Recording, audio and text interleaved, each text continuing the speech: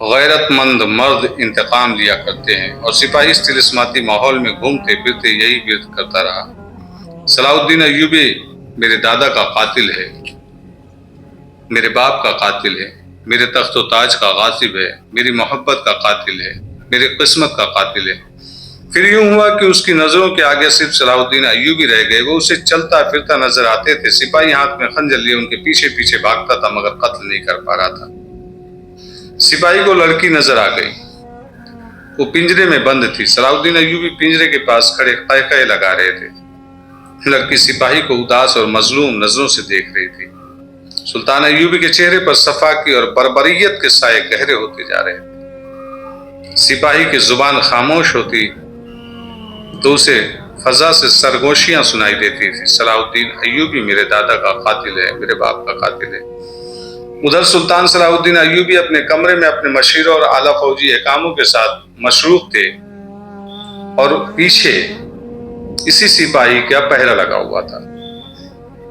سارے دھیرے دھیرے مسیر ان کے جو تھے سب نکل گئے۔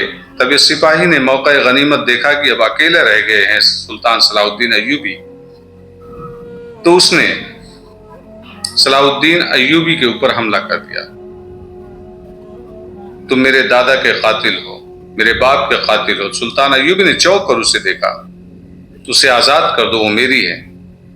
اور اس کے ساتھ ہی اس نے قہر اور غضب سے سلطان ایوبی پر تلوار کا وار کیا۔ سلطان ایوبی خالی ہاتھ تھے، وہ پھرتی سے وار بچا گئے۔ انہوں نے باڈی گارڈز کے کمانڈر کو آواز دی اور لپک کر اپنی تلوار اٹھا لی۔ سپاہی نے اور زیادہ غضبناک ہو کر ان پر حملہ کیا۔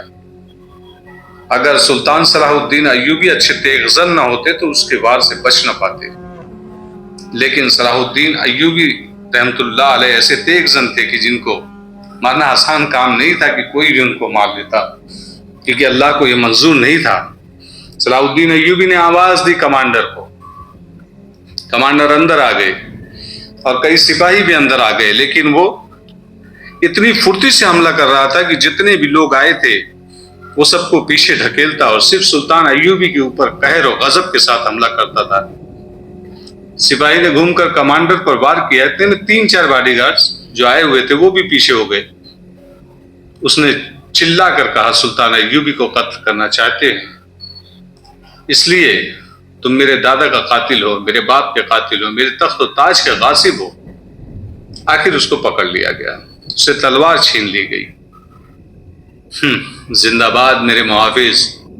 سلطان ایوبی نے غصے کا اظہار کرنے کے بجائے اسے خراج تحسین پیش کیا اور کہا: سلطنت اسلامیہ کو تم جیسے تیغ زنوں کی ضرورت ہے۔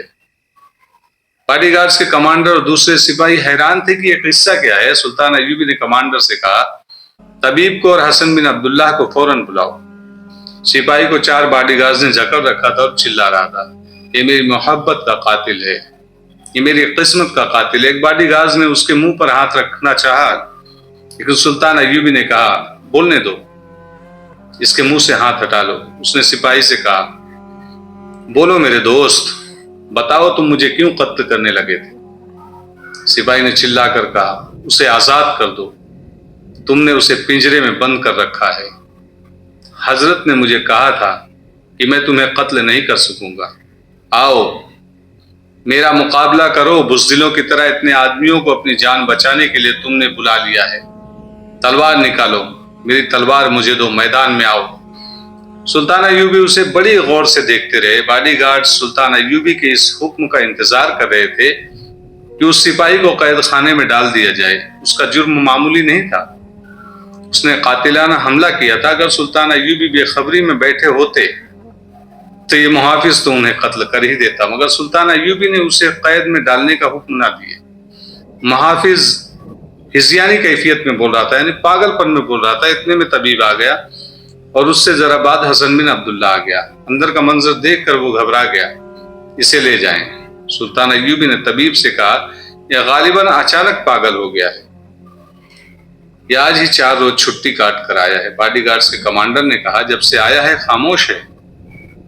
اسے گھسیٹ کر باہر لے گئے، طبیب بھی ساتھ ہی چلا گیا۔ سلطان ایوبی نے حسن بن عبداللہ کو بتایا کہ اس سپاہی نے اس پر قاتلانہ حملہ کیا ہے۔ حسن بن عبداللہ نے اس شک کا اظہار کیا کہ یہ فدائی ہوگا۔ سلطان ایوبی نے کہا کہ یہ سپاہی کسی وجہ سے دماغی توازن کھو بیٹھا ہے۔